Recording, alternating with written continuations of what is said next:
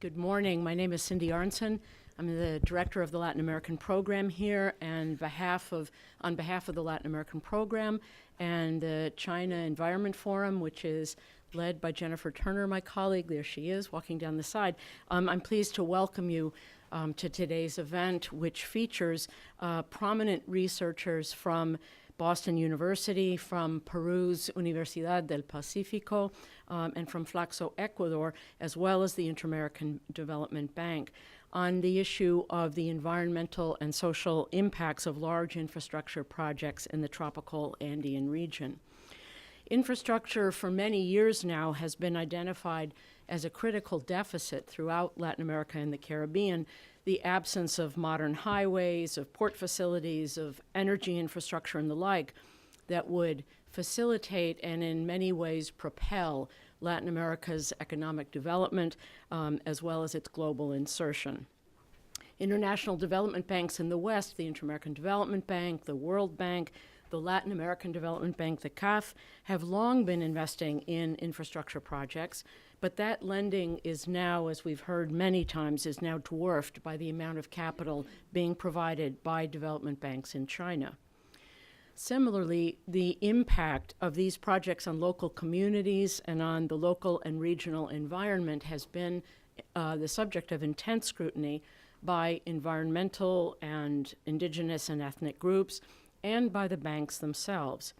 The sensitivities about the impacts of these infrastructure projects, in my view, parallels and in certain ways grows out of the similar debates over the environmental and social impacts of large mining projects, particularly during the era of the commodity boom of the last decade.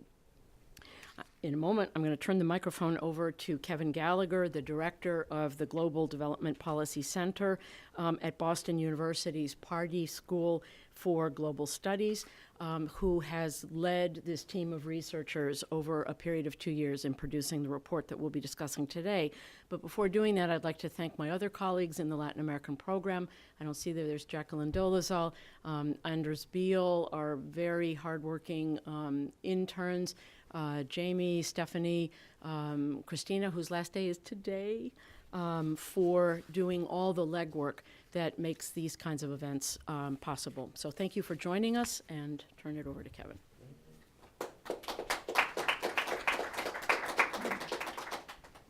Thanks, Cynthia. It's a great pleasure to be here at the Woodrow Wilson Center again, and it's great to be somewhat of a matchmaker to get the China Environment Forum and Latin America program together again, as we did last time a couple of years ago when we did the first iteration.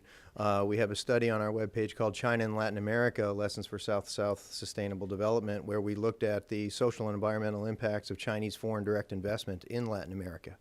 And during that project, we learned that the foreign direct investment is usually part of a larger credit, trade, and investment package that is usually led by development banks. And the China Development Bank and the Export-Import Bank of China, as Cynthia noted, we have a joint database with the Inter-American Dialogue that we just released our 2017 numbers. And on an annual basis, usually the Chinese development banks now outpace the Inter-American Development Bank, the CAF, and the World Bank in their annual lending in the region. We didn't want to just look at China, though. As we did in our first project, we wanted to look relative to what?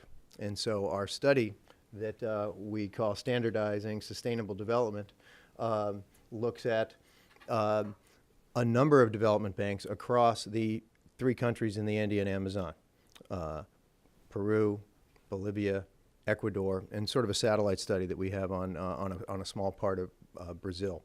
And we look at all the different development banks in that region and ask this question: to what extent have international DFIs, or international development finance institutions, we don't call them MDBs because the Chinese are national development banks operating in the region, and we're sort of also addressing the Brazilian National Development Bank as it moves into Peru, Ecuador, and potentially Bolivia. To what extent have international development finance institutions, national governments, and civil society deployed environment and social safeguards to ensure that infrastructure projects bring shared economic benefits to the nations while mitigating the risk to ecosystems and to communities? We need $3 trillion of extra financing a year in between now and 2030 to mobilize to fill the infrastructure gaps around the world in a way that is socially and environmentally sound, that's lower carbon and more socially inclusive. So we're going to be pouring a lot of finance into this, and development banks play a fundamental role. The private sector, according to data that the World Bank published yesterday, is retreating from infrastructure. In 2010, they financed $200 billion worth of infrastructure projects in the world. In 2017, it was $38 billion. So the IMF also published an interesting study at the end of last year called Fiscal Politics and said governments don't really finance infrastructure either, except for right before an election for a short-term thing in order to get elected. So development banks play a vital role in catalyzing this finance, but they also have a broader set of objectives to advance development and to advance the Sustainable Development Goals and the Paris climate commitments. And so we wanted to look in the region at perhaps one of the most sensitive areas in the world and ask this question: to what extent does development bank financing enhance social and environmental safeguards in the region? And our conclusions are a little concerning. We have a big team. It's a project between the GDP Center at BU and the Center for Asia Peru Studies at the University of the Pacific, also with FLACSO from Ecuador, and an institute in Bolivia called INSEAD. And we have two sort of cross-cutting regional studies, one that compares the different kinds of safeguards across the region, and then another one that's a statistical analysis that looks at the impacts of development bank projects on tree cover and the impacts of free, prior, informed consultation and/or consent on tree cover. And then we have a number of country case studies, one on Bolivia, one Brazil, one Ecuador, and we're excited to have our case study authors from Peru and Ecuador with us today. Here are our main findings. One, that the Andean Amazon is currently experiencing an incredible infrastructure surge. And a rising share of that surge is being filled by Chinese development banks, the China Development Bank and the Export-Import Bank of China. And we find, both in our statistical analyses and our case studies, significant environmental damages, significant social conflicts being triggered, and because of that, lots of economic costs to the banks, to the private sector firms, and to the governments and to the local communities combined in the form of project slowdowns, project cancellations, mass protests, social conflict, and whatnot.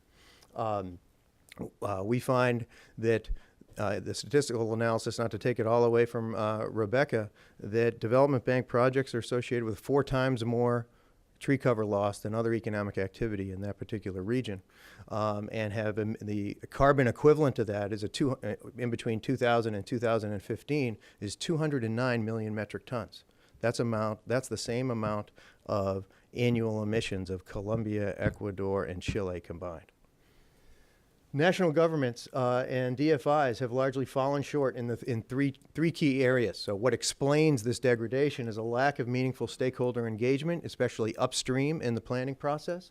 2, relatively weak environmental impact assessments, again, not at the upstream components of the process. And 3, a lack of mechanisms for transparency and accountability so that banks, firms, national governments, local communities, and civil society can make sure that these projects meet their stated goals. We really make a case that one of the key things that has to be done is that development banks can play a role at the upstream level of the process and create platforms to bring all different actors at the table with their own calculations of what the benefits and risks are for them, and to be able to have a look at that and have a conversation about that in the beginning of the process so that they can better anticipate some of the problems that could happen and mitigate them before they ever become problems. Here's just a quick picture of what the surge looks like. Can I point here? So in between 2000 and 2015, there were 60 major infrastructure projects in the Andean Amazon in the countries that we're looking at. This is pretty significant. 60 in these countries and 27 in the Amazon basin. In the pipeline, over the next decade or so is just about the same amount. But look how much more is going into the Amazon basin. These are massive road projects, massive hydroelectric power plants, ports, et cetera. And what is really fascinating is that this is largely being moved into by Chinese policy banks. The Inter-American Development Bank, the World Bank is not going too close to any of these projects for some of the reasons that we'll get into today, but there's still a massive demand by the Bolivian, Peruvian, and Ecuadorian governments, and if they can't get a Western-backed financier to do it, they're increasingly encouraging China to move in. What makes it a little concerning to us is that Chinese, we map out the different kinds of social safeguards and environmental safeguards that different development banks have. And we basically say there's generally two kinds. There's one kind that has what we call conditional harmonization. If you get a loan from us, here are a number of global standards that you need to adhere to in order to get this loan. Consultations with local communities, environmental impact assessments, and so forth. We call that conditional harmonization. There's two shades of that, one that we call yellow-green, one that we call dark green. The dark green, like the IDB, says we're also going to offer some technical assistance and sometimes some financial assistance to help you meet these standards, whereas some say, here's what you have to do and the onus is on you. That's more the IFC and the United States Export-Import Bank when it was more in business. The other frame is what we call national recognition, or in the trade, what we call deferring to national country systems, which is this is not our job. We're a bank. Countries have their own national regulations. It's not our job to have any policy conditionalities on national policy, and so we will just adhere to national standards to the extent to which they are enforced. And if you look at the quadrants here, the surge is by banks that have this deferential frame on dealing with environment and social safeguards, which on paper we should be okay with because Bolivia and Ecuador have better constitutions and environmental laws than Sweden ever has. The problem is many of these projects are the most highly sensitive and often pet projects by the government, where a lot of the regulations are put by the wayside to be able to get these projects through. And we're very concerned that the China Development Bank and the Brazilians and so forth are going to be left on the hook for stranded assets all across the Andean Amazon. I'm going to let my team get more into the specifics on the environmental impacts and the social impacts, but we've got three striking tables. We went in and we compared all these different development banks over all three of these countries on a statistical level and on these case studies, and in every single case in the case study there's some significant environmental degradation, sedimentation problems. If you look at the red bold, project cancellations because of expected deforestation, participation, local communities rejecting projects, and so forth on the environment end. Lots of social conflict in and around these projects because of displaced people, by concerns over water rights. Many projects abandoned, and because of the significant environmental degradation and the social conflict in and around these, many of the projects that we studied are either put on hold, completely canceled, or way over, experiencing significant cost overruns because of social and environmental degradation that happens throughout it. That's a quick overview of our findings and our approach on this. And now I'm going to pass it over to the team. We'll go over more specifically the statistical analyses that we did and a couple of the country case studies. Thanks.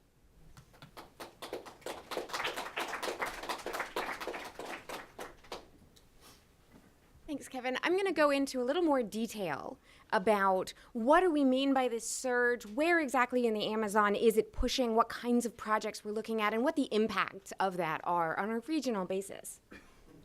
Here's a map of all of the international DFI financed infrastructure projects in Ecuador, Peru, and Bolivia that were approved and carried out between 2000 and 2015. And there's a lot going on this map, so don't be intimidated. I'm going to walk you through it, one detail at a time. Wherever you see these striped areas, those are indigenous territories. So special sensitivities apply there. Wherever you see colors of green, that's the Amazon basin. And then each level darker of the color green is where the most biodiversity is within the Amazon basin. So the darkest green area right up here in eastern Ecuador and northern Peru is the richest biodiversity in the hemisphere and possibly the world. So that's why, one of the reasons why we're focusing on this region is it's kind of a perfect storm of sensitivities between indigenous territories and biodiversity. In fact, this interior here, the border between Peru, Brazil, and down into Bolivia is called by anthropologists the uncontacted frontier because it's the highest concentration in the world of uncontacted and voluntarily isolated indigenous communities. So very sensitive territory. And I've got a few of these projects circled and highlighted over here in the index. And those are Chinese financed projects. You can see that from 2000 to 2015, there have only been 6 of them, and they've been all in Ecuador, and they're all different kinds of power plants. 1 wind, 1 thermoelectric, and 4 hydro. They're all along the edge of the Amazon, or actually outside of the Amazon basin even, which limits the environmental damage that can really come from them. And in fact, if we look at the whole portfolio of all of these projects, they tend to be along the edge of the Amazon or even outside of it, right? We see a lot of projects along the coast of Peru, the southern parts of Bolivia. Now remember that when we move into what's new and in the pipeline, which is here. Now, these are projects that have been completed since 2015 or those that are currently in the pipelines. And what do we see? We see a lot of circles in the Amazon basin, especially in Bolivia. And those are Chinese-financed roads that are currently in the pipeline. These are often roads that West traditional multilateral banks have rejected in the past. Our concern is that China seems to be getting stuck, so to speak, with projects that other banks have not wanted to get involved with. But the emergence of China as a crucial source of infrastructure financing has enabled these projects to move forward. The demand for these projects from governments never really went away, as Kevin said, even if they didn't get the okay from multilaterals. And now that China has emerged as an important source of financing for projects, these projects come back onto the agenda and now are back in the pipeline. We also see that overall, the infrastructure push is moving further and further into the Amazon with projects that aren't circled, right? We see railroads, we see hydroelectric dams in Peru. So now's a really crucial time to be thinking about this very sensitive territory and the environmental and social aspects of this kind of project. Kevin mentioned the statistical analysis that I did looking at tree cover change. Now, what I did was look at using satellite data to estimate the tree cover change in the areas immediately surrounding DFI finance infrastructure projects. And the goal was to compare different regulatory regimes and whether or not they had different environmental impacts. But one of the results that came out of it was to show that across these 3 countries, areas immediately surrounding international DFI finance infrastructure projects lost 15.8% of their tree cover in this area, compared to 3.9% tree cover loss in the remainder of those countries. So this is 4 times worse than the rest of these countries. Now, this is not just direct impacts, but also indirect impacts from migration moving into the area, now able to be there because of highways, for example. What the Bolivian Highway Administration refers to as the induced future from these projects. The good news is that there is some evidence that safeguards helped. Like I said, the point of my project was to look at to what extent do different regulatory regimes affect the tree cover change surrounding projects. And what we see is that projects without regulatory regimes that guarantee the right to prior consultation with indigenous communities experience significantly worse tree cover change than those that did. Now, the reason why that's good news is that all 3 of those countries currently have that legislation in place. So hopefully we've precluded some of the worst outcomes. However, as our case studies are going to show you in a few moments here, having good laws on the books does not mean that those laws get carried out. And specifically, there are 3 areas where our case studies are going to show you that safeguards have had a hard time being implemented. First is stakeholder engagement that's meaningful, In all of these countries, indigenous communities have the right to be at the table, but there's discussion about who does and doesn't count as an indigenous community in Peru, limiting the access of some of these communities to that participation, for example, leading to social conflicts and unmet commitments afterwards. Comprehensive environmental planning, which means not just the direct impact of how much tree cover gets lost because of the road, but that induced future that I was talking about. And also not just considering separately one thing that we've noticed and will come out in some of the case studies that we hear about in a moment is there's a tendency to consider the environmental impact of different segments of a project separately, so that there's no need to consider the environmental impact of the entire project.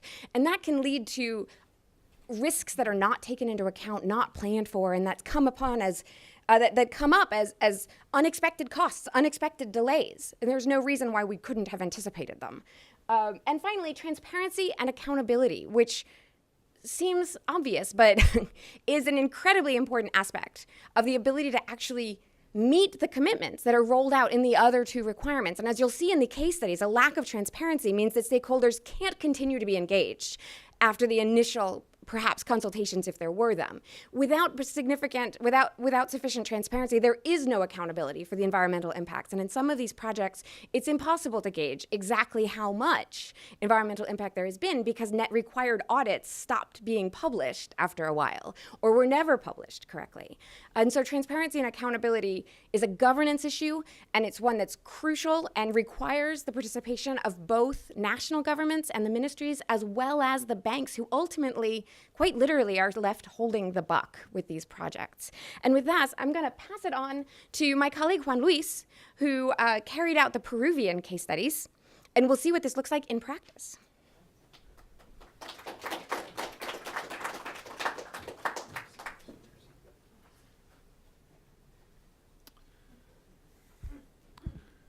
So good morning. I'm going to be talking about the case of the Interoceanic South Highway in the southern Peruvian Amazon and the Inambari Dam, which is located in the same area of the country, but the Inambari Dam wasn't built. This pointer works.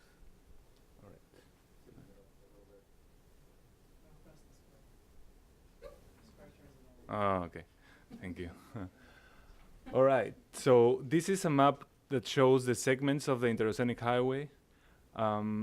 This is segment 3, segment 2, and segment 4. It is important to note that there are different segments because that has implications for the environmental impact assessments that were carried out later. And this is the Amazonian portion of the Interoceanic Highway. This is where Brazil is, this is where Bolivia is.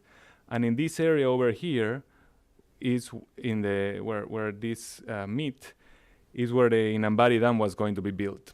So an important point is that the Inambari Dam, the reservoir going to be created here, would have flooded like 100 kilometers of the Interoceanic Highway.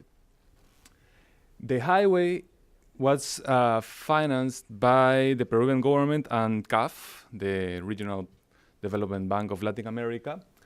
And Inambari was supposed to be built, funded by BNDES, the Brazilian Development Bank. So I say supposed because there was no clear document stating that BNDES was in fact going to fund that project, but the companies involved were stating that if they were going to start the construction, BNDES would fund it. So I'm going to talk about these two projects and specifically about how the environmental and social safeguards were implemented in the case of this highway and what were their implications in the case of Inambari Dam. All right, I will start with the highway, the South Interoceanic Highway. This is an emblematic case in the IRSA portfolio, the infrastructure, integration of infrastructure in South America initiative, which started in year 2000 and went until 2010, and then it was continued named as COSI Plan. And some regional projects were implemented in Peru, and this South Interoceanic Highway is the most emblematic one, the most famous one. There was wide national and local support to the highway. The idea of having a highway connecting the ports in the Pacific with the ports in the Atlantic and connecting trade between Peru and Brazil by a highway, this is the only road connection we have in Peru with Brazil, was seen as a positive development project, was highly supported locally in Madre de Dios, in Puno, in Cusco, and by the national government as well. And there was a rush to implement this project based on this drive from IRSA and from the local support that the project had. So this rush meant that many of the environmental safeguards were overlooked, and also meant that the initial estimated budget was calculated in about $902 million, and only the construction ended up costing more than $2 billion. That's without mentioning the maintenance costs. So this has been regarded as a huge corruption scandal. There have been evidence of bribes paid to, unfortunately, our president of the time, who is actually in the US right now. We are trying to bring him back for this case. So this was a very much emblematic case in the Lava-Jato corruption scandal. Probably you're familiar with this scandal associated with Brazilian construction companies. So this case has a very strong political relevance in our country. Well, that's a picture. It's, in my opinion, a very well-built highway. This is not a case in which the highway is not well built, and you can actually transit from Brazil to the Pacific Ocean in a very good condition highway. And I'm going to talk briefly about the environmental safeguards applied in this highway. So, as the project was developed in a rush, it was exempted from some of the mechanisms, the planning mechanisms that were available in the legislation in Peru at the time. One of them is called the SNIP, which is the National System for Planning, which mandates that there has to be a feasibility study, a cost calculation, that the project is going to be profitable for the country, that it has meaning for development of the country. And this was skipped on the basis that this would delay the process too much, that it was not really needed. This is a political importance, binational political process. So this was skipped. And that was the basis, in my opinion, for the cost overruns later. CAF, who funded partially the project, actually had an important role in strengthening some of the state offices in charge of environmental and social monitoring of this type of constructions. So there was a very important role of CAF in strengthening the office in the Ministry of Transport in charge of the environmental and social affairs, and also the office in charge of land titling across the highway. So that was very important. But also CAF funded some of the environmental impact, it funded the environmental impact assessments associated to the project, and these environmental impact assessments were carried out by segments, as I mentioned at the beginning. So an environmental impact assessment per segment, only related to direct impacts of the project, and within segments, the assessments were divided between sub-segments. So it was very, very formal type of assessment, and there was no consideration of the indirect impacts or the aggregated comprehensive impacts that the highway could have in a very biodiverse region in the country and habitated by indigenous peoples as well. So the environmental impact assessments were carried out when decisions were made and the concessions were granted to the companies to start construction. There was also a call for doing a strategic environmental assessment that would include indirect impacts and would think of the region as a whole. But this started several years later and was never approved, and it was confined only to the plans and programs applicable to the area, not to the highway itself. On top of that, CAF funded, and it was per request of CAF to the Peruvian government, who had really no interest in these sort of things, but under the pressure of civil society and indigenous peoples, CAF decided to fund 2 mitigation programs, one called CAF INRENA, which was about $17 million, and MINANCAF of $25 million later as a second stage of the program. This was thought of as dealing with the type of impacts that come with building a highway in tropical rainforests. It was well thought, but the implementation was very poor. The money was divided between many state offices that were fighting for the budget, and at the end, formally there were some documents coming out of it, but the real impact of this process was very scarce. I'll be happy to talk more about that later in the question and answer. I cannot stop there now. And also, it is worth mentioning that the company itself, Odebrecht in this case, launched a program to deal with indirect impacts called ISUR. All right, we can see some of the impacts. So you can see deforestation in red is the deforestation taking place after the highway was built. So there was a dust road already existing there. So the deforestation in yellow is prior to the building of the highway, but the deforestation in red is the deforestation caused after the highway. So most of the deforestation is posterior to the building of the highway. And you can also see that the other areas where there was no highway are not as deforested, but it is important to know that many of them are natural protected areas or territorial reserves for indigenous peoples. And then one of probably the most dramatic case of indirect negative impacts of the highway was the search of illegal mining in the area. So the highway comes this way, and all these that you can see here are illegal gold mines in the area of Madre de Dios, which, well, they don't pay taxes. It's a social tragedy. There is prostitution, social exploitation, sexual exploitation of minors, crime. It is a social tragedy on top of the environmental tragedy this involves. And this, in the CAF INRENA project, was envisioned that this could become a problem. And there was some money allocated to write some reports, but the Peruvian government didn't take that information to actually launch a program to prevent this from happening, but this is now totally out of control in Peru, unfortunately. All right, I'm going to talk briefly about the Inambari Dam. This is going to be shorter because this wasn't actually built.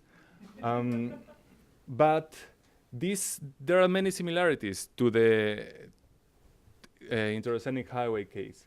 This is also an emblematic case, but this is in the frame of something called the Peru-Brazil Energy Agreement that was signed in year 2010.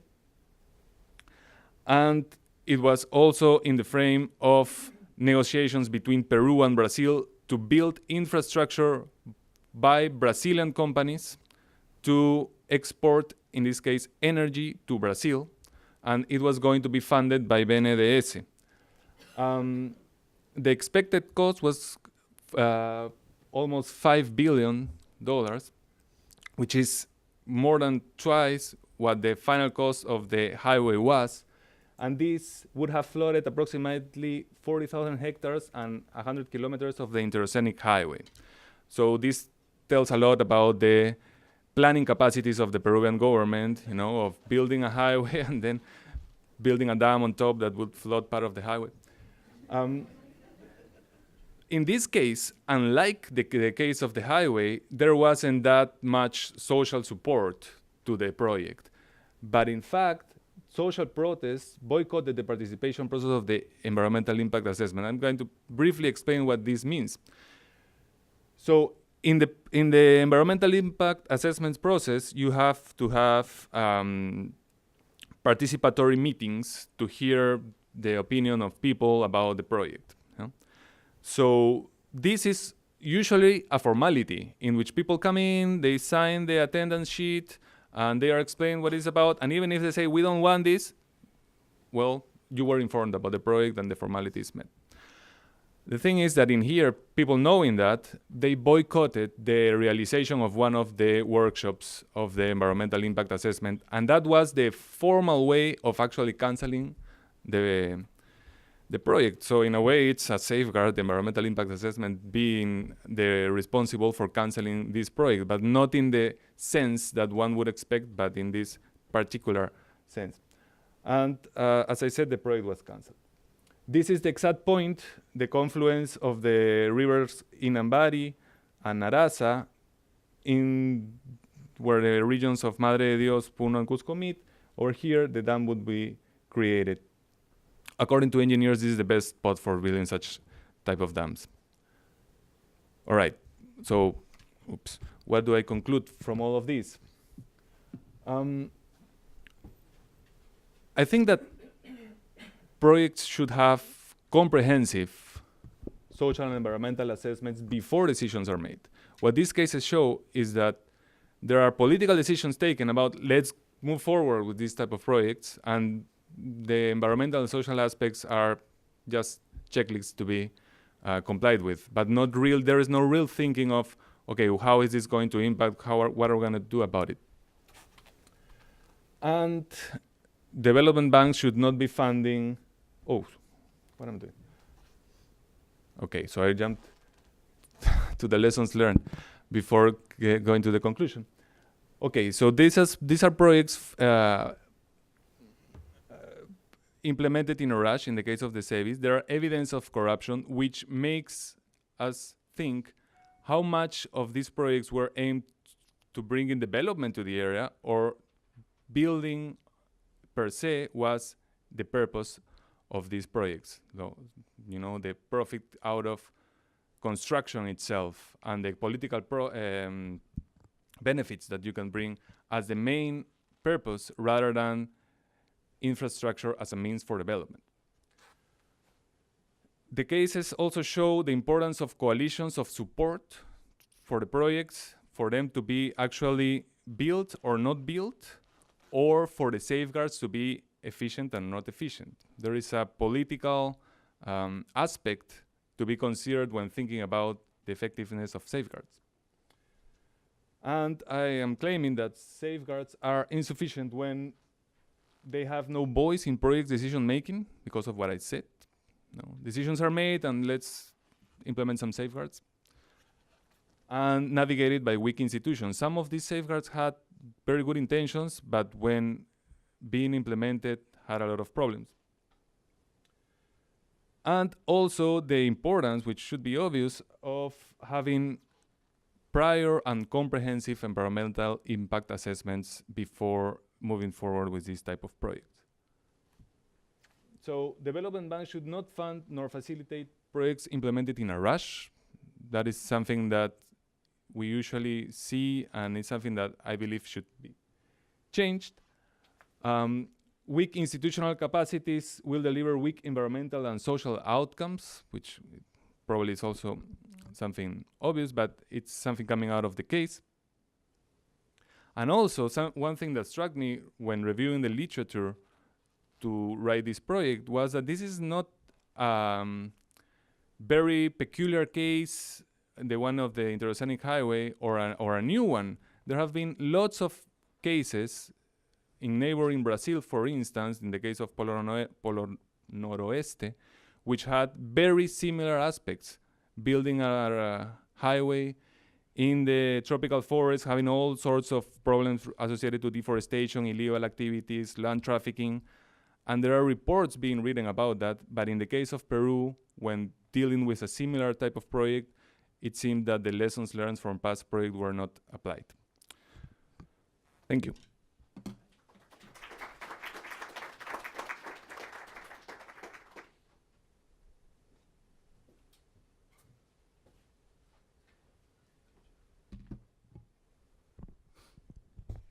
Good morning.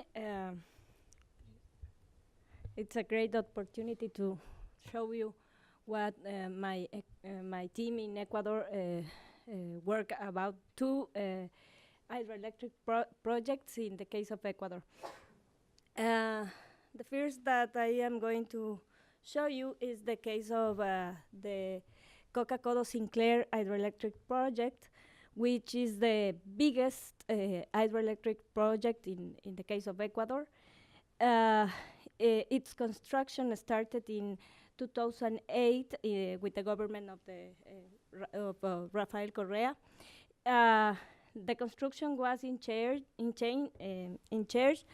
of the Chinese company Sinohydro, and the national counterpart of Sinohydro was the state's company Coca Sinclair.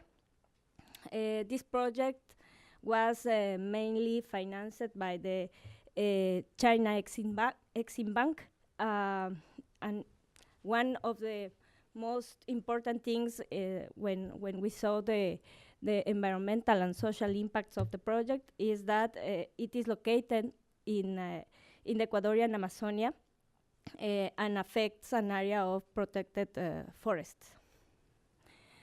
The second, this is the map of the project. It's a little leather, so. The second project that I am going to talk about this morning is the Bubba Project. It is known as a multi-purpose project with a series of benefits for the central coast of Ecuador. Is the way that it is considered. The benefits are called the flood control, the irrigation for agro-products, and electricity generation. But at the end of the project, we realized that most of the project was meant for the electric generation, and the other aspects were not developed. In this case, the Brazilian company OAS was in charge of the construction of the project, and the Ecuadorian counterpart was also a state company called Hidrolitoral. After several financial and structural problems with this project, this was finally developed through state's funds. In some point, there was possibilities of financing of the IDB, but this institution canceled the financing. It started operations in 2013 after a redesign process, which I am going to talk about later. It comprehends an expansion of the original capacity that was meant to have the project. This is the map in this case. One of the main findings that we have in both cases is that when we analyze the safeguards applied to each project, we find that the Chinese regulations, in the case of Coca Sinclair, but also the national laws applicable to both of the projects, they were not safeguards were not applied as they're meant to be. We contrasted for this conclusion. We contrasted the legal framework with quantitative and qualitative information obtained through field work and interviews with experts regarding the area. These projects are associated with significant environmental degradation. As in this map, we see that. The whole area regarded to the Coca Sinclair project is crossed by protected forests. So the risk of impacts is very high in this case. We identify significant environmental degradation problems related to the impacts on water quality. Sorry. Impacts on water quality and also the quantity of water, and also the distribution of water. And also the other impact that we find is the risk of deforestation, in particularly in the case of Coca-Cola Sinclair, as I said. But also we have social conflicts related to the project. In the case of Coca-Cola Sinclair, there was the main topic of conflict was the labor issues. As labor conditions did not meet national legal standards, workers complained through legal processes, through legal channels, but also through strikes, attracting the attention of the media. And this was the channel that allows the state to participate in the safeguards or try to accomplish the safeguards in this case. In the Bubba project, the community resettlement was the main source of the conflict in the project. The state had to redesign the project in order to reduce the conflict with the communities affected by the resettlement, and it allowed the government to reduce the social protest and carry on the construction activities.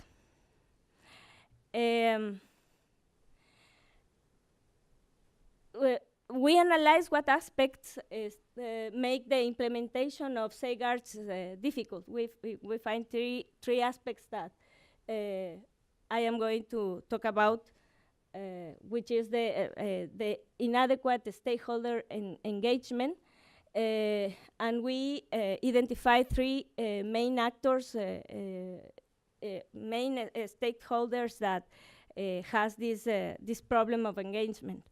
In the case of the state, the state files to guarantee social and environmental safeguards in the projects, in the both projects. His intervention focuses on the correction of impacts in the most conflicted areas. Therefore, the protest mechanism of the local population affected by the projects turned out to be more effective than the presence of safeguards. This is one of our conclusions. In the case of Coca-Cola Sinclair, the state mediation in labor disputes, for instance, only took place as a result of legal processes undertaken by workers and the media pressures. In the case of Bubba, the Bubba project, once the mandatory resettlements required by the project were applied, the state implemented a control scheme to pursue and inhibit protests. The government realized that the redesigning of the project would reduce social conflicts, and then he acts. The other actor that we find that maybe have a difficult engagement with the project is where the affected populations. Why we say that? There are two points that I want to explain. The first one is that the affected populations show a difficult engagement regarding environmental aspects, which are often ignored. Negative environmental impacts take place almost without social resistance. And the second point is that affected populations are excluded from the decision-making processes. They are merely perceived as information receptors. So the this kind of engagement doesn't allow a proper participation in the projects of the populations affected. And I want to talk about the Chinese companies, which are related only to the Coca-Cola Sinclair project. They have two problems with engagement in this case. One is the non-binding character of their environmental and social standards, which make only a condition that they are not obligated to fulfill some of the safeguards that they are supposed to do. As well as by the dispersion, the other aspect is the dispersion of the regulations among different governmental institutions. So this also has a non-clear framework to fulfill their safeguards. And a second problem that I am going to talk about is regarding the environmental impact assessments, that they do not incorporate all the aspects of projects or all type the risks that project have. In the case of Coca-Cola Sinclair project, I am not going to go through this for each point, but I would like to show you that there are some ignored risks that could have some possible impacts in different aspects that maybe are not considered. They are not considered, in fact, properly in the environmental impact assessments. So we conclude in this case that it is important to take account of this aspect in a very in a more formal way, because there are some important impacts that could have risks for the investors or the financing actors. For instance, one of the less considered impacts is the seismic and volcanic risk associated to an area in the Coca-Cola Sinclair project, which has two volcanoes near to the area of construction, and the risk implied that they could have damages in the infrastructure if they doesn't consider the risk and they don't study the risk related to the volcanoes in the environmental impact assessment. So we also saw some of the impacts, the possible impacts in the case of the Bubba projects and the ignored risks in this case. So the lesson in this case is that the environmental impact assessments are very important part of the discussion. And the third aspect that I want to talk about is the project governance that is lacking in transparency and accountability.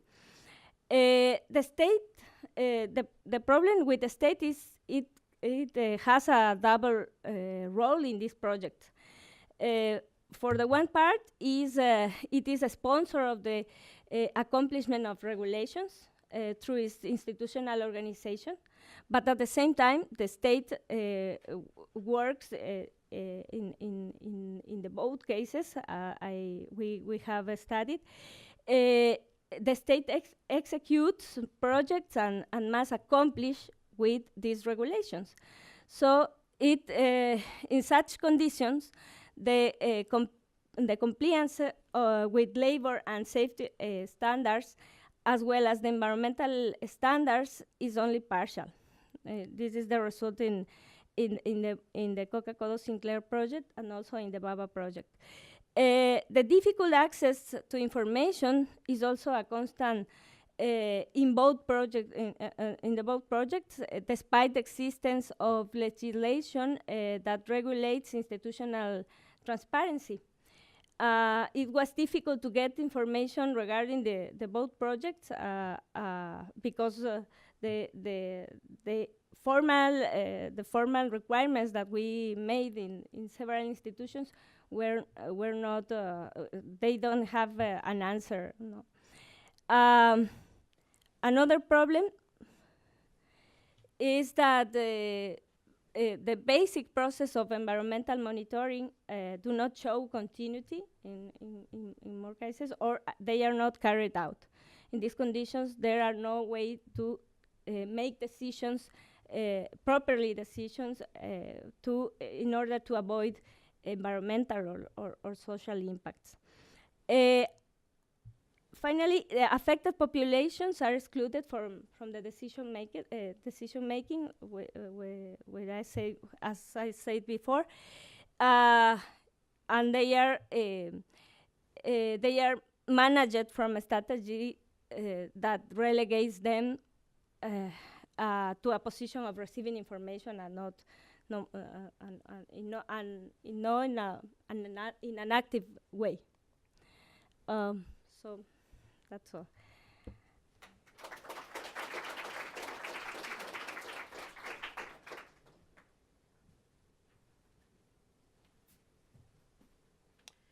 Well, it's with great pleasure that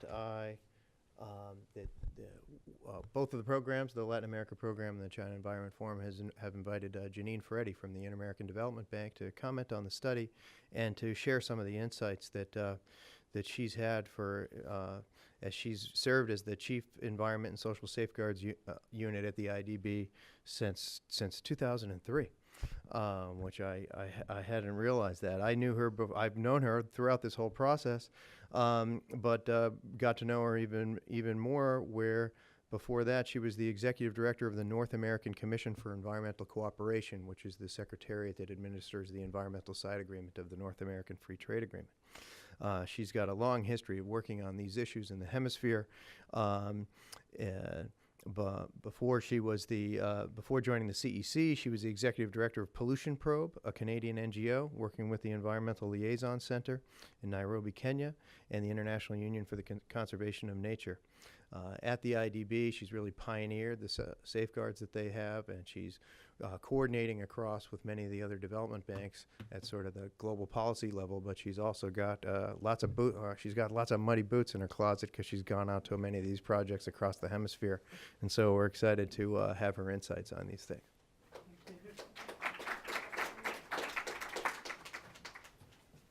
Thank you, Kevin. Thank you, Cynthia. Thank all of you for your interest. It's my pleasure to be here and provide you with a little bit of a perspective from where I sit at the IDB and MDB.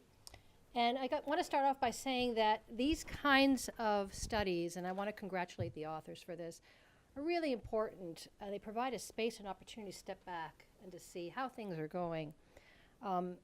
It's particularly interesting to look at how they brought together the concepts or the kind of movements in a geospatial level of infrastructure, of financing, what are the policy frameworks of these institutions, land use change, and I think that's a very interesting and pioneering effort that you've done.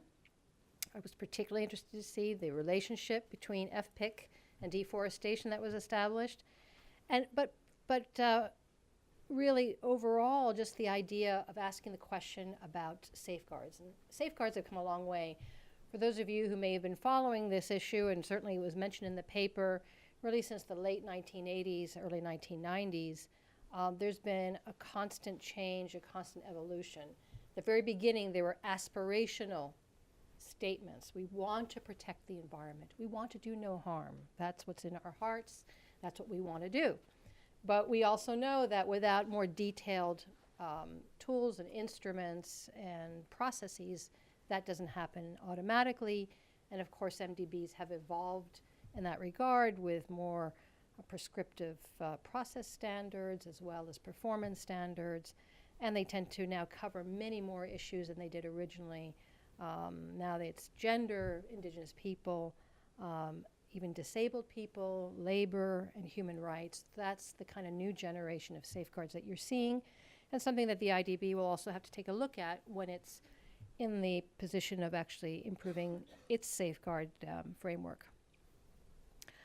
It also is it's also interesting to see that regardless of this evolution, we still have problems. We still have these shortcomings. And I think this is also where the paper has been very helpful. The shortcomings that they've identified in terms of the consultation, participation, decision-making, planning, transparency, accountability, those all ring true. And they certainly also align with what our own findings, both as professionals, but also through our own inspection mechanisms at the IDB and in other institutions. You'll see the same issues. In fact, for that reason, the IDB has recently developed a guidance note on effective, meaningful public consultation.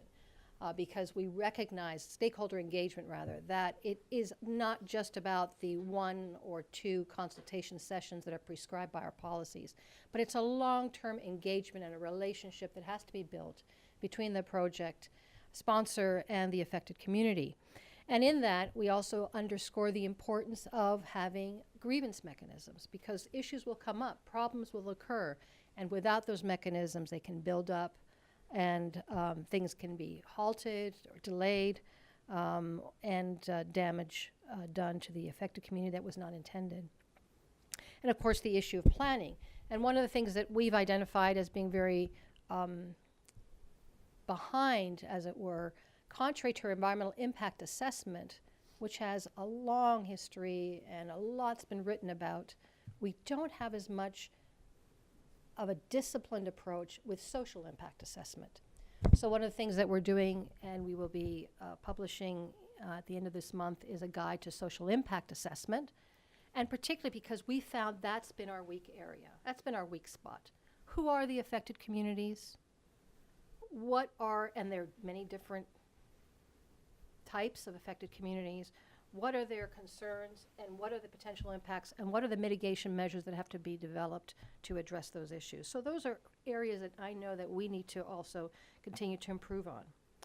But there are 2 other aspects that I'd like to share with you that the paper also touches on.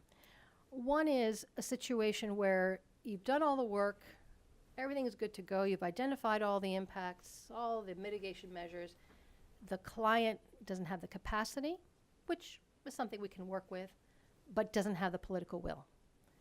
And that's where you see MDBs like the IDB having to pull out. It's very rewarding. It's tough to work with a client that doesn't have the capacity, but you feel like you're working with somebody who wants to do the right thing, you're building capacity, and you feel good about that associated benefit. But if that willingness to do the right thing is not there, and there's resistance for many of the reasons that you've identified, it's very hard for an MDB to have any kind of meaningful impact. And that's why you see some retreat on occasions from MDBs in that kind of financing. The other aspect that is a challenge, and also that the paper touches on, is the limitations of managing indirect impacts at the project level. It's really hard. I wouldn't say it's easy, but one can identify indirect impacts through environmental impact assessment. However, it's very hard to manage them, particularly if the management or the mitigation of those indirect impacts fall outside of the scope or the competence of the project sponsor, in the case of the private sector, or an agency, the executive agency in the public sector. Because the third party, you just don't have that same leverage. And this is particularly in a private sector deal, where your relationship is with a company to build that pipeline, to build that hydropower project, but the indirect impact management happens to be with a third party. And that's very hard to achieve. Now, in a public sector context, one can do it. It's complicated. You can actually have a complex series of relationships and negotiations where you get the ministry, for example, on a road. You can get the Ministry of Environment involved. You can get the local, provincial, state level land use management agency involved. But even then, it's really tough to follow up and supervise. But I would say that's really one of the hardest things to do, is both where you have a public and private investment is to manage the indirect impacts. Identifying them, relatively easy. Managing them is another thing. And this is where I think one of the intriguing references in the paper to upstream planning and IRSA, I think is a very interesting idea. That IRSA becomes and is already a platform for, as you know, planning infrastructure developments. But if they could include in that platform a vision of sustainable development and work within that framework, then it's a game changer all the way around. Because the question isn't, or how do we get this project through, but the question is, what kind of a project best achieves the need of transportation? Is it by river? Is it by air? Is it by rail? Is it by road? What kind of energy production makes sense?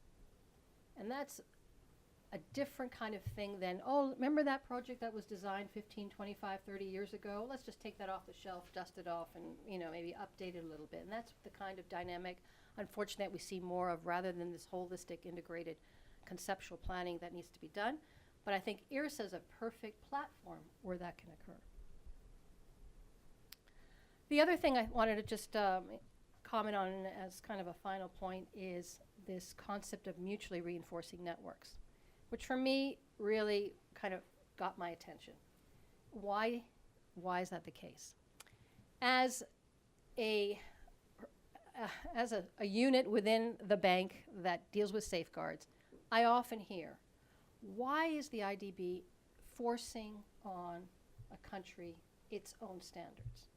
It's superfluous in some cases. It's redundant. You're asking for more transactional costs. You're implying more transactional costs. You're going against the country's own views on things.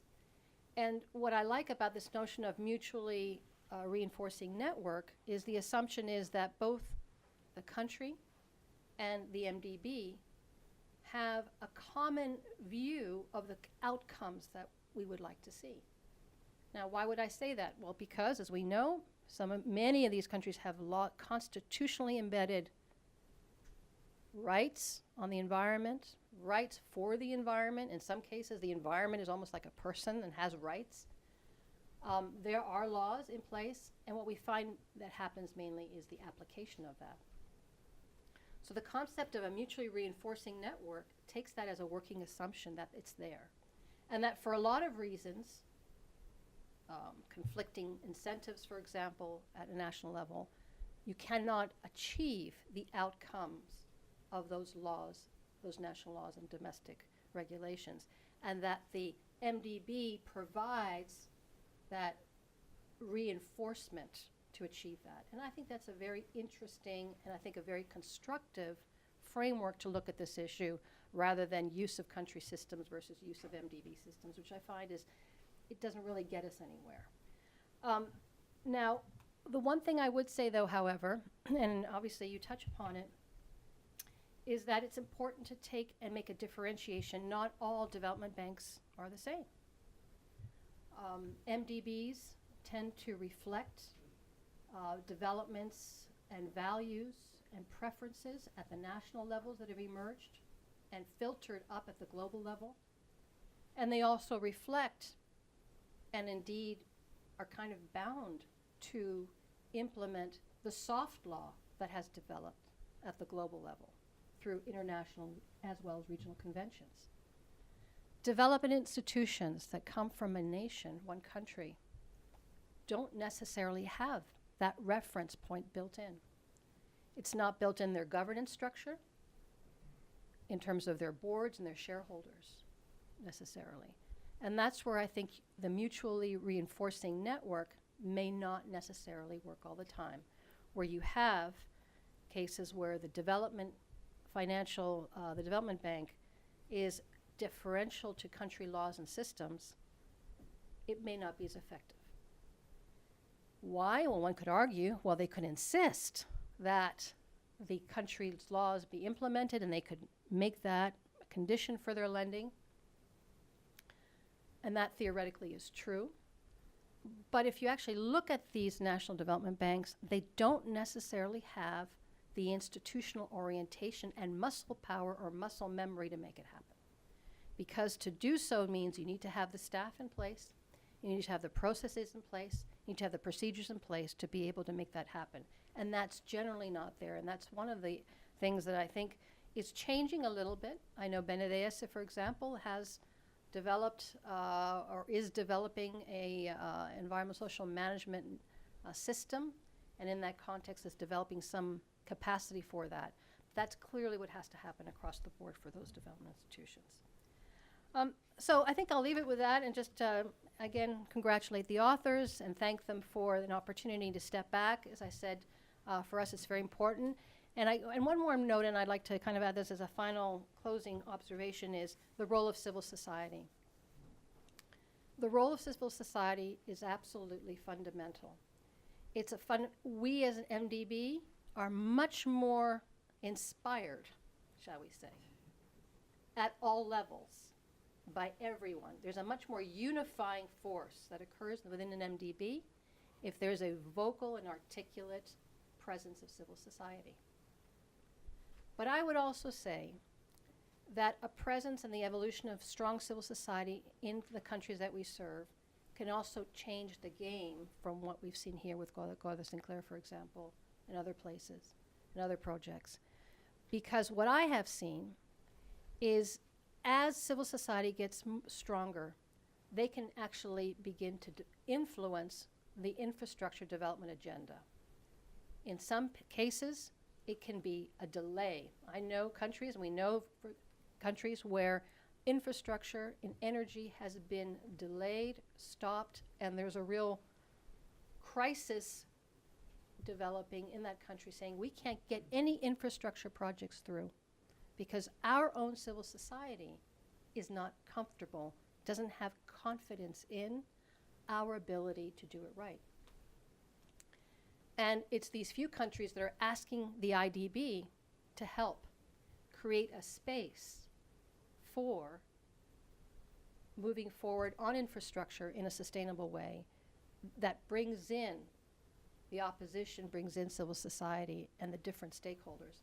That's something that is just emerging. It's something that I'm seeing from my perch. And I'm hoping that that is something that evolves and is evolving throughout the region. So as the MDBs have evolved in terms of what they need to do and what they've been doing and their resources and instruments and so forth, I'm also seeing, I think, a promising and a hopeful change where civil society is growing stronger and stronger in our countries, in our region, and therefore the demand to do the right project in the right place in the right way is there, and it's shared by the country as well as by civil society and the financing institution. Thank you very much. Look forward to the discussion. Would you mind staying up? People are going to want to ask you questions All right. too. I'm Jennifer, by the way. Hi, everyone. I'm Jennifer, not Ben. It's my alter ego, potentially. I direct the China Environment Forum here at the Wilson Center, and I'm always actually, I knew Kevin's wife before I knew Kevin. She's a China person. So I'm happy to have you and your team back again, Kevin, and I really appreciated, again, these guys must have had muddy boots as well. I mean, the kind of research that you did and digging up, the comments about digging up that hard data tells a good story. I'm just going to ask, I have one question that I'm going to, your last comment, Janine, whoa, where did I put my question? Was one that I'd been formulating as they were talking about the domestic civil society. And I know that, I mean, you're researchers, so you're not activists, but I'm kind of wondering, listening to, reading your report and what you talked about today, there is kind of a hint of a call to action, because these are the problems. Shouldn't build this next to a volcano, right? Lots of gaps. And so I was kind of wondering what, maybe in a couple of the countries that you could give us some examples about some of the groups, some of the civil society groups, maybe domestic and international, that can help move this forward. The IDB, you said there's a space to bring these groups together, but if not the NGOs, just wondered a comment about what's next? How are you expecting people to act on your report besides applauding? Well, half of them are in the room. Oh, good. So I should ask them? DAR and the Andean Amazon Fund and World Wildlife and Bank Information Oxfam. Center, Oxfam, they're all out there. So rather than us saying what we think they should do, I'd say, what are they doing? What are they? How do you folks take some of our findings and to what extent is there a space in Cozeplan and in URSA to insert yourselves in the beginning to change the frame of the whole effort? I think one of our key messages here is that infrastructure is vitally important for the region. The region doesn't trade with each other. Inter-American trade is the lowest of any region in the world, and largely because of the geographical constraints and the lack of infrastructure. We need infrastructure, but we also have committed to Sustainable Development Goals to do this in a lower carbon and more socially inclusive way, which is vitally important in the region, which is also the most unequal place in the world. And so if it doesn't meet those twin objectives, you're just going to get more and more delayed projects in an area where resources are completely scarce. And we tried to take an empirical-based approach, looking at it on a statistical level and then doing country case studies to see if the two matched up. And these are our general recommendations. Is there someone you wanted to call in the audience to say something? They're your mafia, right? No, these are folks that we've met through this process. But I don't know if Cesar has a comment, unless you folks had. I didn't mean to say we don't have anything to say. I personally don't, as the gringo on the table, don't want to be telling civil society organizations how to interpret our stuff. Well, I'd love to hear from Juan Luis some more about the Inambari process that you referenced, about how civil society said, no, this is a terrible project. Some projects need to be tweaked, and this particular project needs to just not happen. And so we're going to organize an approach to registering the fact that we don't like this project by organizing a boycott of the EIA consultation process. So I'd love to hear more about that. Sure. So when it comes to civil society groups in the two cases that I presented, there is continuity, I would say, in the civil society organizations that were dealing first with the Interoceanic Highway and then with the Inambari case. In the case of the highway, it was created a thing called the Grupo de Trabajo de la Sociedad Civil, the Civil Society Working Group, looking at the implementation of the highway. And it was pretty clear for the civil society organizations that were from Madre de Dios, Puno, Cusco, and national-based and indigenous peoples as well, that it wasn't a good idea to oppose the construction of the highway per se.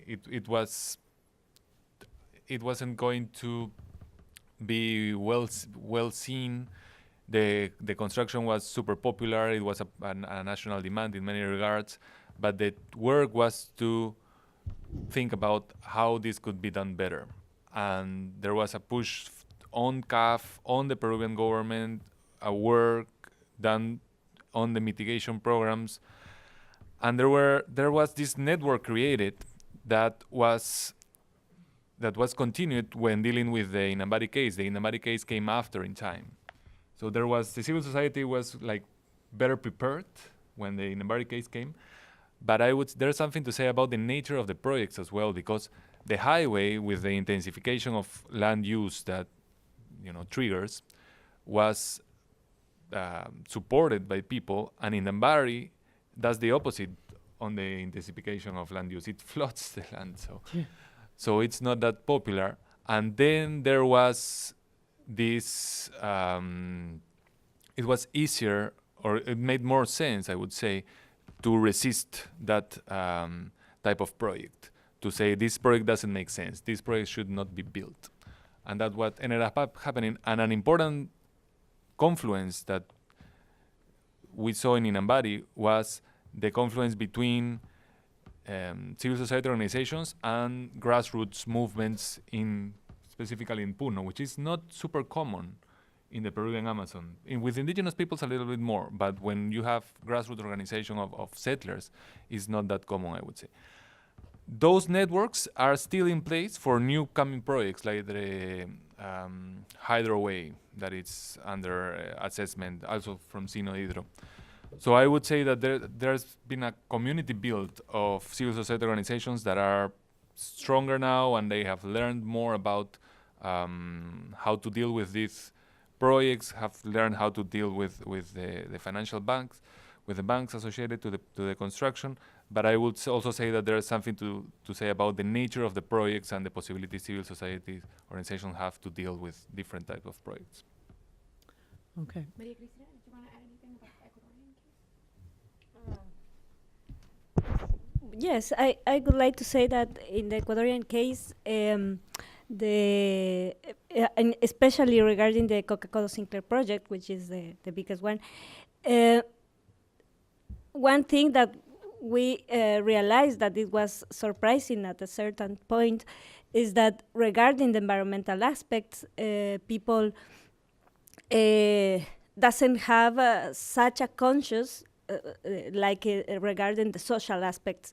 So the environmental aspect didn't push the state to act in order to accomplish safeguards or standards in the national legal framework or in the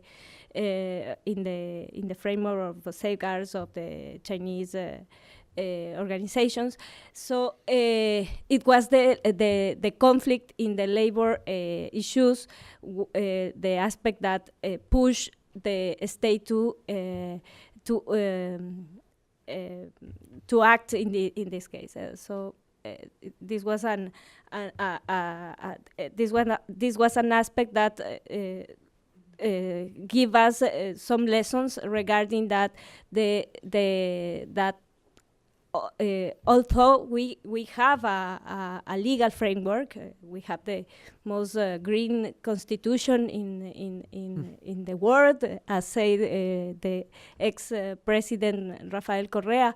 But although we have this kind of legal framework, this is not a guarantee that we have the best accomplishment of the safeguards or the standards in the social or in the environmental aspects, and the society also makes an important role in terms of their demands regarding the aspect that affects them directly. I think that I saw my new friend, Enrique Ortez, from the Andes Amazon Fund. You wanted to say just a couple short comment? Is it on at the bottom there? It's at the very bottom. A couple of comments. Yeah, so sure. I guess there are more questions. Number one is that I'm a biologist. I'm not a lawyer. And in Spanish, we say devil's advocate is the abogado del diablo, you know. But I like to be the abogado del diablo. I would like to question a couple things that are mainly for my own understanding of things. When you talk about the search of infrastructure projects in the region, I wonder to what extent there is such a thing as a search. What we have is a number of projects in the pipelines, but at the end, when you analyze how many of them actually conclude in something, it's very little. It's a very low number of them. You know, you remember, for example, in the case of dams, you know, there have been the famous papers, you know, Feiner and a number of them, 60 dams in the plan, and at the end, there were only a few of the ones that are, say, medium size or large size. So a few of them only are actually getting somewhere. And the reason why it is important to have a realism about what infrastructure projects are actually going to happen is because in some ways also they distract us from other issues that are probably even more relevant from environmental and social issues. For example, the Interoceanic Highway in Peru, even though it has been in construction for 15 years, is responsible for probably a smaller fraction of deforestation in Peru, you know, probably 10-15%. And the same goes with dams and other. And the second point I wanted to question also the issue of involvement of civil society, environmental assessments, consultation, and so on. Of course, they are important tools that are helpful for citizens to evaluate what projects are important and so on. It's basically to get a social buy-in for projects to happen. But at the end, you know well that countries, Congress decides by law is a national priority, and then they go over any other type of regulations. Do you know any project in the Amazon that has been stopped by civil society and private consultation? The only one I can think of is the TIPNIS, which, by the way, is only in the waiting. I mean, Evo is back, and he's going to go again. Yasuni, think about Yasuni, think about Interoceánicas. There's a long list of projects of Belo Monte in Brazil. Think about a long list, and all of them went in spite of some levels of public demonstration and so on. The only ones that actually succeeded were the ones that are in the high Andes, where, like, for example, the case of the one in Cajamarca, what's the name of it? Conga, for example, and a few of them that are mining projects in the high elevation. So I don't know what comments you have about this. I'm just trying to be spicy. I like spicy devils. Yes. Want to take a cluster? Yeah, we'll take another couple questions or comments. Could people introduce themselves? Yeah. Oh no. Yeah. Because that was my next. You keep. We think we're curly hair. We think the same. Make sure that you say who you are and where you hang out during the day. How about the back there, and then we'll come up here. We'll take these two and then Thanks. I'm Julie Cunin from the Wildlife Conservation Society. One of the questions I had was really a little bit more understanding the economic context of the before and after of the projects. So I'm particularly thinking about the Interoceanic Highway. But what I didn't hear in the discussion at all was, like, what has been the economic impact, for the positive or the negative, of doing the projects? Like, what's the impact on the GDP? Because I feel like, we're talking a lot sort of along the lines of what Enrique was just saying. We're talking a lot about this role of civil society, but what I'm missing is, like, what is the economic motor that's going on here? And sort of where is that real power in terms of the decision making? So I'd like to hear a little bit more about the economic analysis that y'all looked at. Thank you. Okay. And here in the white. Hi, I'm Cesar Gamboa from Derecho Ambiente y Recursos Naturales from Peru. I have a question because Janine highlighted that it's so hard to promote the mitigation program for indirect impacts. So IDB was part of the Pasto Mocoa project, Polo Noreste, World Bank was part of that, and CAF was part of the Interoceánica Highway. And in these three cases, including also Camisea gas project, the MDBs promotes these programs. So, and these programs are very innovative in some way to try to reduce the indirect impact, but also to promote the local social development. So how is so hard to do that? That is the correct tool to reduce impacts, but also to promote local social development for the communities, and to produce some incentives to reduce these kind of impacts around these projects. So why is so hard that the MDBs or the government or maybe the private sector to continue promoting these kind of tools? Okay, and then the third one here. And I'll get you in the next round real quick, okay?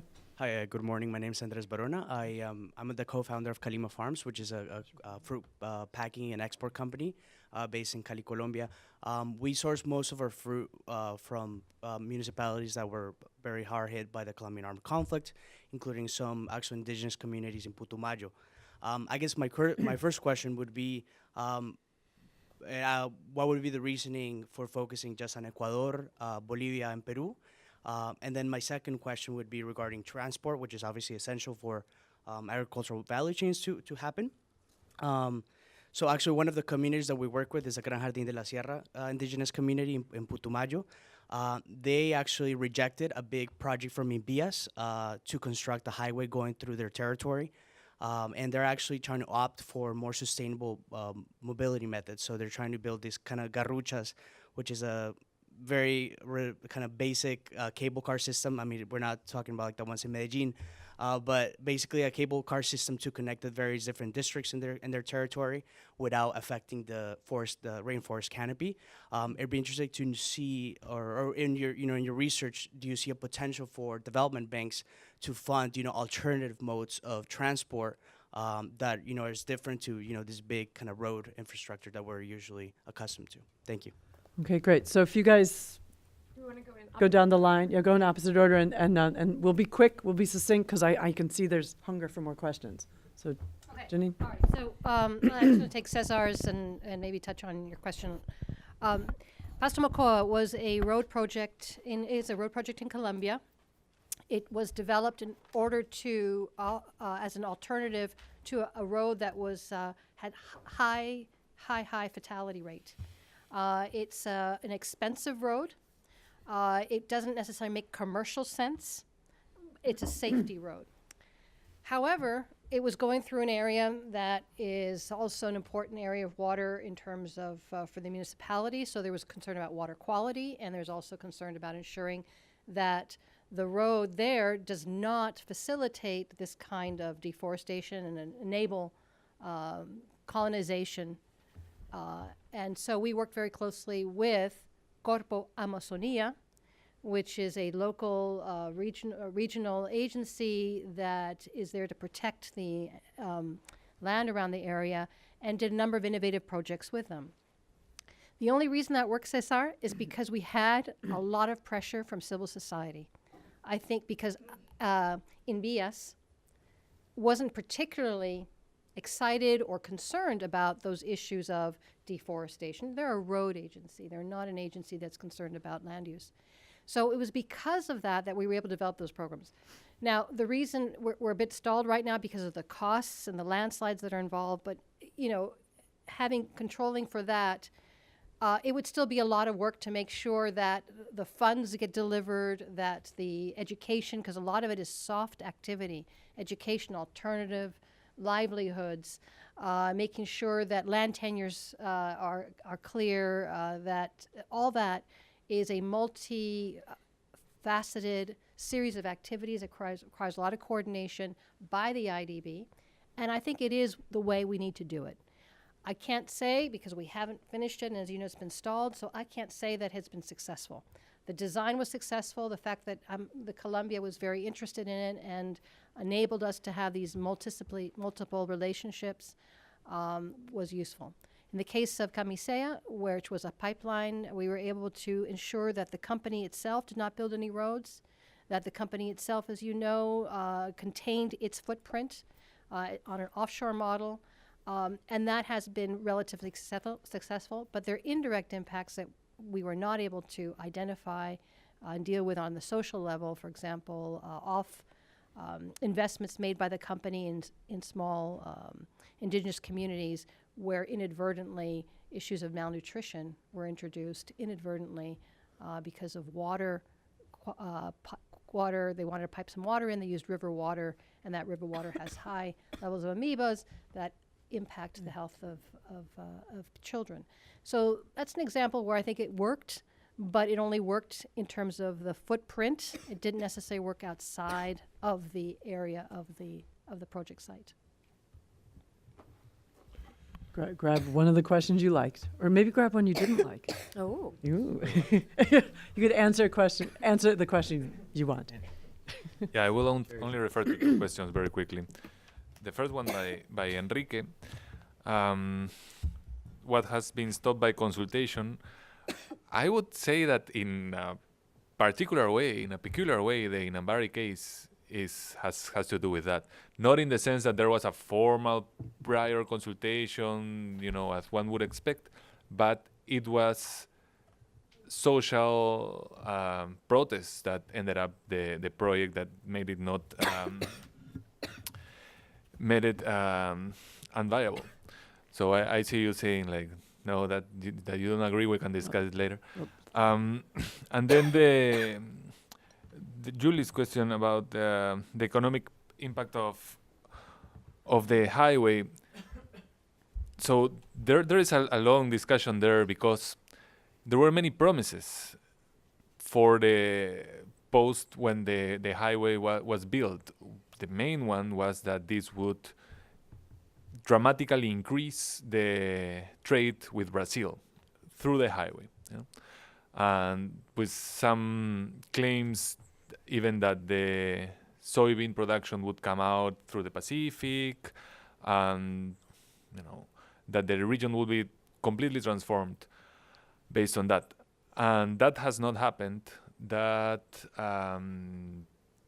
there is basically no trade across the highway between the two countries. So that was, I would say, a false promise. There is internal trade between regions of Peru, and one could make an argument and have a discussion about the economic impact of gold mining, because there's a lot of money involved. It's money that doesn't pay taxes, don't comply with the rules, they're not even paying local taxes, so the municipalities over there have to deal with more people, give them schools and services without having more income coming out of that economic movement that it's implied on the mining. So, and also, another economic impact is that this has costed a lot of money to the Peruvian state, a lot of money, more than expected. So I would say that the balance is negative in terms of economic impact, but, well, there probably more studies are needed. But based on the facts that I just mentioned, I would say that it is not one of those cases in which, oh, look at all those environmental impacts, but this has brought about development. I wouldn't say that is one of those cases. Okay, I'll leave it there. I'm going to try to answer regarding the projects which has been stopped by the intervention of the populations. In the case of Ecuador, I can think about two of these projects, which are a mining project, a copper mining project in Manduriacu, a zone of where also hydroelectric projects are development. But I think that this, in this case, it is not clear that the paralyzation of the project is permanent. There are discussions and the interest of the government to introduce some exploitation in this area. The other one that I think that it is better known, which is the Yasuni ITT initiative.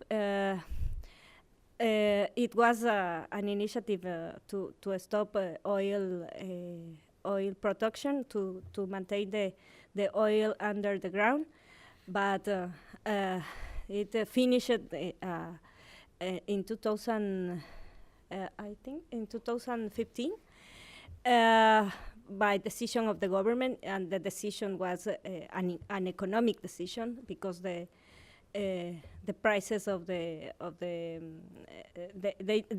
need to overcome the crisis that we have, the economic crisis, and the government decided to exploit the oil, which was a better business than to have the oil under the ground.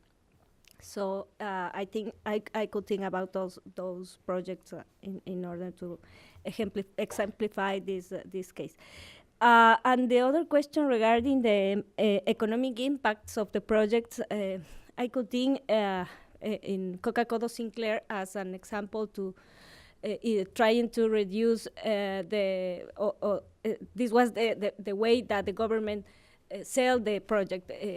The intention of reduce the fossil fuels dependency of the country in order to use a clean source of energy, the hydroelectric energy. But as we have seen in this presentation, there are many doubts related to the clean the clean possibility of develop a project of hydroelectric energy without environmental or social impacts. So this make doubts regarding the economic incentives to develop this kind of projects. Okay, good. I'd like to respond to Andres and Enrique. Andres, actually, my work involving satellite data does include Colombia. there are about 20 projects from 2000 to 2015 that are included, but unfortunately it wasn't a situation where there were good examples for in-depth case study work. Almost all of those projects were very, very small interventions, maybe 10 kilometers paved between a tiny town and the nearby river. Not great for digging into the record, not big enough projects where the banks would have very good records still on the books, where there's institutional memory of what happened in the process. So unfortunately, it wasn't a great situation to dig in with a case study just because of what the projects were that were on the books as having been completed. However, we're in the middle of a lot of big construction plans currently in Colombia, the 4G project, which is a multi-road project, fourth generation of highway construction, El Túnel de la Línea. I certainly hope we can revisit this in a few years as the development banks, as Janine very wisely pointed out, safeguards are an iterative process. Banks have continually revisited not only what their standards are, but how they go about applying them. And it's incredibly important and valuable. I certainly hope we can revisit it in a few years and look qualitatively at how standards and safeguards were applied in those projects that are big and exemplary, projects that are happening right now. So if you're interested in the statistical analysis of the tree cover loss, Colombia is included in that, and you can get it on our website. But hopefully in a few years, we'll be able to look more qualitatively. Enrique, your concern is totally valid about the way infrastructure plans can be overhyped. Frequently we see this because governments have an incentive to celebrate every time they think they have a hope. There's another possibility for a photo op. And in fact, it's very difficult for researchers to tease out what's for real and what's a phantom project, or what we call a zombie project, a project that gets announced, but then eventually is essentially dead, but it never actually is announced that it's dead. So but a lot of money still went into it. Maybe. Well, and so for example, the Inambari Dam was the first of a 5-dam project. It was part of this bilateral energy agreement. We don't include those other 4 dams as being in the pipeline because they're zombie projects. Their death was never announced, and yet they're walking dead. They don't actually exist. They're not going to happen. And so we actually took very seriously the responsibility of reviewing what governments claim is in the pipeline to make sure they actually are in the pipeline. So your concern is totally valid, and I'm really glad you gave us the opportunity to explain our methods of trying to be very critical about that. We tried to limit ourselves to to projects, dams, roads, railroads, whatever they are, that have had specific financing announced and that have not been indefinitely shelved, like these zombie projects. So thank you for bringing up that concern. Did you have anything to say, Kevin? Yeah, I just want to add 2 things. Enrique and Julie, absolutely, many of these projects will not come to fruition. But if you look at our first slide, 60 did get completed in between 2000 and 2015. Not all of them in the basin. Sorry. Keep going. Keep going. Here we go. Here we go. We're coming. Here we go. One more. One more. Oh, no, wait, sorry. Well, this is an easier way to just show it quickly, right, is this one. So 60 projects in the countries were completed, and 27 of them were in the basin. So maybe that number of 46, some of those are already underway. They might stop in the middle, but they have been approved by banks or by governments throughout. So maybe, absolutely, maybe this 46 isn't going to come to fruition by 2030, but there's almost twice as many in the pipeline that were, or in the approved stage that relative to what we saw in between 2000 and 2015. A little bit more practical reason why we didn't do Colombia, we're thankful, I should have noted this, we're thankful largely to the MacArthur Foundation and the Rockefeller Brothers Fund and the Charles Stewart Mott Foundation for support for this research. And with all due respect to them, they're great institutions, but it wasn't a priority region for them. And so they asked for these specific countries. Obviously, Colombia is a key component.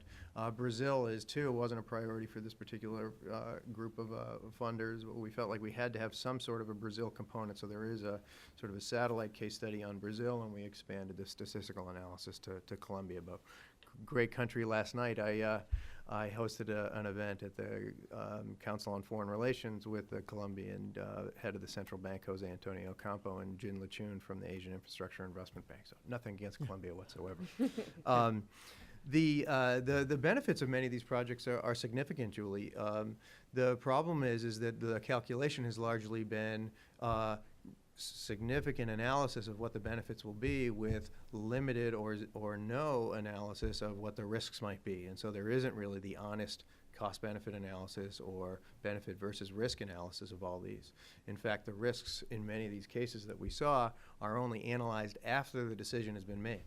The decisions are, I want to go back to something that Janine said, is that I would, as a development economist by training and someone who spends a lot of time in the region and knows a lot about its history, the questions are how to get more trade, how to integrate poor people into the economies more, how to get more trade within the countries of the region, and how to get trade with some of its new partners, right? Many of the infrastructure legacy of the region is actually paved roads over old colonial legacies that are geared towards extracting agriculture and minerals from the countryside to get them to urban cities and or to ports to go to the north or the west.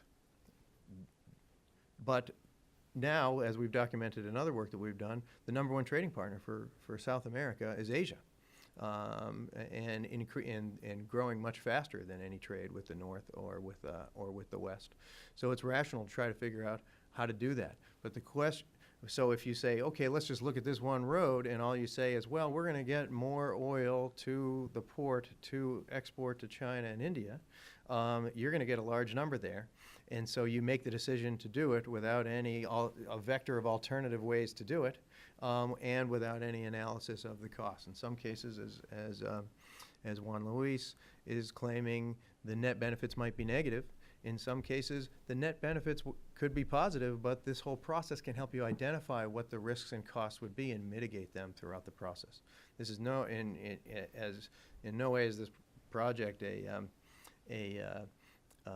message to say let's stop infrastructure finance in the region. Infrastructure is the foundation of economic activity, and it's been terribly underinvested in the Americas for hundreds of years, but especially in the past 30 years because of financial crises, bad economic policies, and because infrastructure, the whole risk-reward calculation is fundamentally a problematic one for infrastructure anyways, as I noted in my initial comments, is the private sector doesn't want to touch it with a 10-foot pole, and neither do national governments, partly because of these reasons and partly because the benefits are often longer term, and unless you change your constitution every couple of years, you're not going to be there for the longer term to see those benefits. And so there's lots of political economy reasons why these things aren't done, which is why development banking is such a core component of being able to catalyze the finance. And they have a significant amount of leverage because the finance wouldn't be there without them. And so they could bring together more these mutually reinforcing networks and serve and be components of these planning platforms. It'll be bring economic benefits not just to the nation and to the communities, but also help the bank balance sheets, and they're always concerned about their AAA rating. Kevin, you wanted me to pull these two questions, these three? Yeah, I'm not the boss. Okay, just do these. He had his hand up. Yeah, just do these three short questions. Sure. With succinct answers? Tweetable answers, yeah. Good, all right. Tweetable answers. Oh, we need a microphone, sorry. It's like webinars, unless you're really loud. I'm pretty loud. It could be theatrical. Steve Kaplan, Wilson Center Fellow, current professor over at GW as well. My question is, we've heard a lot from the panel today about the importance of achieving environmental sustainability with grassroots movements and activity, right, from the recipient side. I'm interested to hear, particularly on the national creditor level, the Chinese in particular, what's the likelihood of getting environmental reform from the creditor side, right? Certainly there's been a lot of overtures to work with multilateral institutions and even their own multilateral institutions like AIIB, a lot of overtures about environmental sustainability. How likely is it that we actually get reform from the creditor side? Okay, and then the gentleman there and the woman there, and then we're done. And that's all for the question. Short. Hi, Joaquin Vallejo from the Pan American Development Foundation here in DC. I was going to comment on the how I believe that the Ecuadorian, for example, institutional framework is not as rosy as it seems, and in fact, criminal code and Decree 16 under the previous governments were used to criminalize protest and basically botch previous consultation processes. However, we've been seeing positive signals, and I want to refer to a particular one, which is the Ecuadorian government's willingness to sign up for the Extractive Industries Transparency Initiative, and the potential of such initiatives, in this case for the extractive industries, to take advantage of this push against corruption to increase transparency and accountability and social and environmental frameworks and infrastructure projects in general. Okay. And right there. Hi, I'm Stephanie Omwaku. I'm from Accountability Council here in DC. To the point of criminalizing protests, we've talked about engaging grassroots communities in environmental and social activities around these projects, but around the world and in Latin America in particular, there is increasing retaliation and threats against human rights and environmental defenders. So I would love to hear about how development banks are addressing these issues and putting pressures on clients. Good, they all kind of coalesced. I had that China bank question too, but okay, who wants to? I'll take the China bank question and let some of my colleagues talk about this civil society and criminalization of civil society. So we're in significant dialogue with the banks in China about this. And last night with Jin Lichun, this is one of the questions I made sure that I asked him. And one of the big criticisms of the Asian Infrastructure Investment Bank before it was started by the United States government was, oh no, we shouldn't join this specifically because it might not have strong social and environmental regulations. Well, they heard that, and they're among the best in the world. They did it. They learned their lessons. They brought civil society in from the very beginning, had lots of consultations with them, and they basically have signed off on it. I had asked him to clarify his coal policy. His coal policy is probably the strongest among the MDBs, and it's not just on paper. He said, he said, thank you for the good grade on paper, but you should really judge us on what we're doing. And he cited a project in on corruption because of corruption grounds where they pulled out before the World Bank did on a co-finance project in Africa, and that they are also scrutinizing a number of South Asian proposed projects because they're concerned about some of the social concerns in and around big energy. So still a little too early to tell, but on paper they've gone basically IFC plus, and I think Janine would say that among the development banks that's one of the ones that is closer to the gold standards, and that civil society, they can speak for themselves. They're not 100% happy with all of them, but they're the least concerned about that one. But as Janine said, multilateral development banks have different objectives and set of global pictures than national development banks. And so the China Development Bank and the Export-Import Bank in China has been less on the frontier, to be diplomatic about it. But in a number of meetings that we've had with them, they have come to realize that they think of development banking very differently than the Washington-based institutions. They don't look at projects, and they don't look at they never. All you hear about all this week is what's a bankable project that I can get into. To them, the development bank doesn't go into a project if it's bankable, because that's what a commercial bank should do. They try to create what they call strategic credit spaces to create economic activity in places where it isn't. And so these policy banks are like pushing out on risk. They are going into they're asked to go into the most risky areas and sort of create this credit space of a 15-year, $6 billion. These are monster loans, not the $100 million loans from the MDBs. That then private sector and government actors come in and are different parts of it. And they have come to realize, for macroeconomic reasons and project level reasons, that they are awash in risk. On the macroeconomic level, domestically, they have lost about $1.5 trillion worth of capital outflows because of premature opening of their capital account. And now they're worried, because of the domestic debt that they have, that they need those reserves, and they can't experiment with overseas investment that much because they might need it to save their shadow banking problem. Also, they have overexposed many of those loans that they did experiment with. Almost a third of the international balance sheet of these two banks is Pakistan and Venezuela. Over $100 billion just to those two countries. Those countries have long histories of credit default, and they're already in renegotiations of certain streams of financing and back on that. And so on a sovereign risk, so risk has all of a sudden become a big concern. It used to be get the money out the door. It's making nothing on U.S. Treasury bills. Let's diversify our international holdings. Let's experiment on all these projects around the world and help our companies go global. Now there's these macroeconomic risks, and then there's these project level risks when civil society are closing down these plants in Gabon, in Honduras, in the region that we studied. We've had meetings with the banks where they've showed us videos that their workers have made with their iPhones of plant shutdowns because of civil society. And what they're realizing is that they're in a little bit of a pickle because their foreign policy is we don't have conditionality. And they get a lot of traction on that because the Washington-based institutions made a lot of mistakes about that in the 1990s, and the IMF continues to do so. So they get a lot of traction on that, but it's actually they're finding it's biting them a little bit.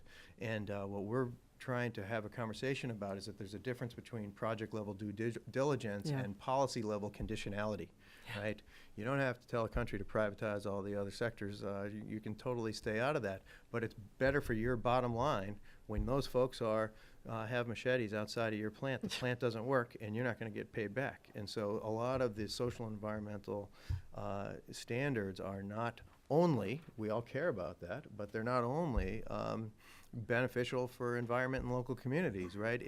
If you've mitigated those risks, it's going to help your bank bottom line and your reputational risk, which is very important, is what the Chinese are more expensive than any of these banks, but they play a lot on reputation. And so this is what those two banks are really starting to try to grapple with. There's workshop after workshop and consultation upon consultation because they're awash in risk. It's not 2010 anymore where it's just like, let's just go play with billions of dollars around the world. I'm going to be tweetable. I'm not, sorry. That's okay.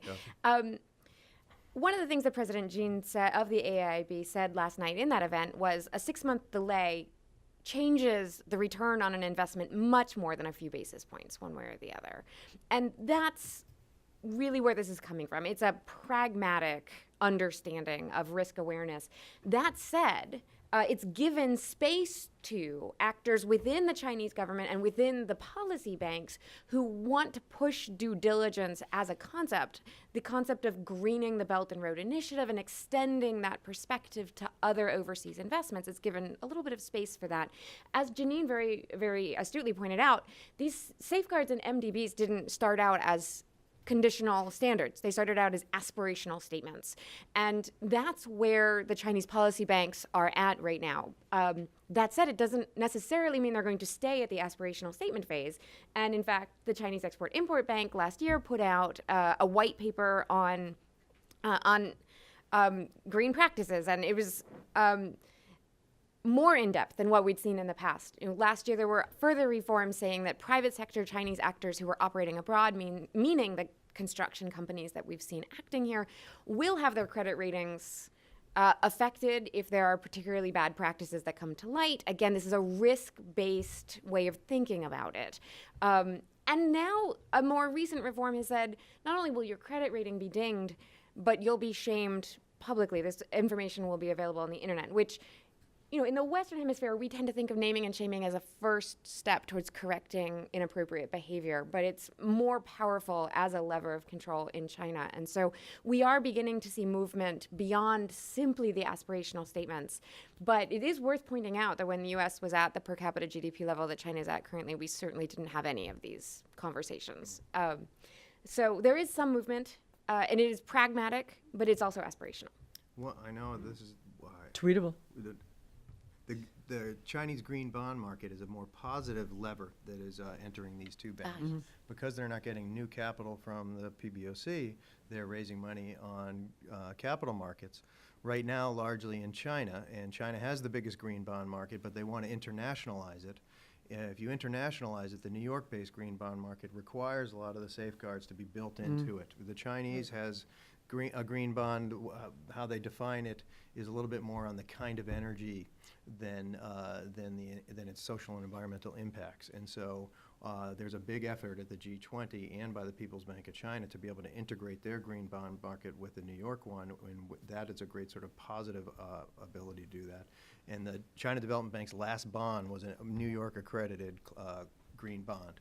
And so it has to have some of these things written right into it, not just the green credit standards that are voluntary that are used right now. Yeah, if you want to know more about green bonds, we had a webcast meeting on March 6th that we had the guy from the Climate Bond Initiative talking all about it and just how. Yeah, they certified that last bond Yeah. issuance.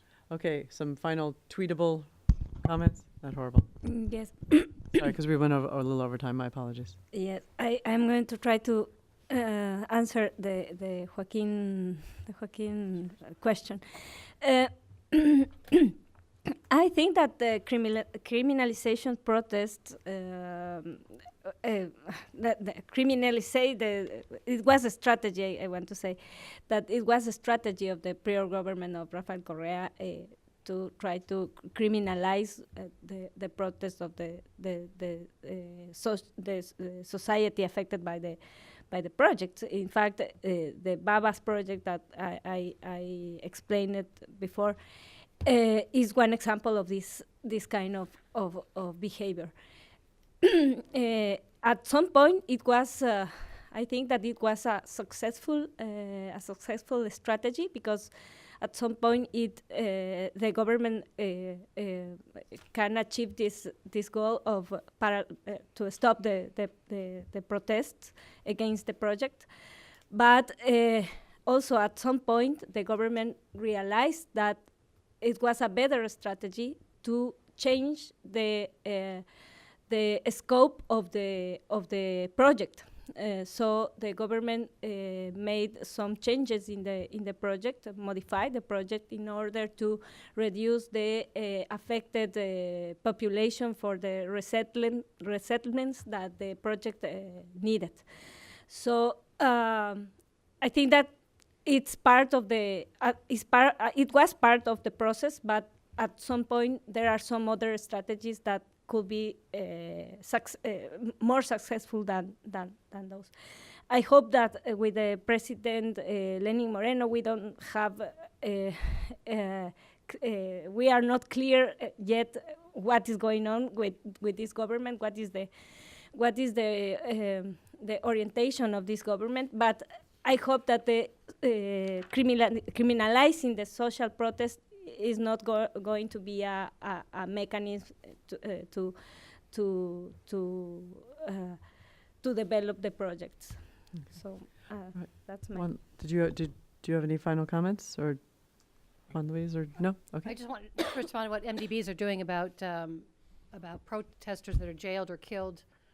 We would certainly look at it at a project level. I mean, at a project level, if we get a whiff, an idea, a sense that there is harassment and abuse of human rights in a project, we would act immediately in whatever way we have to.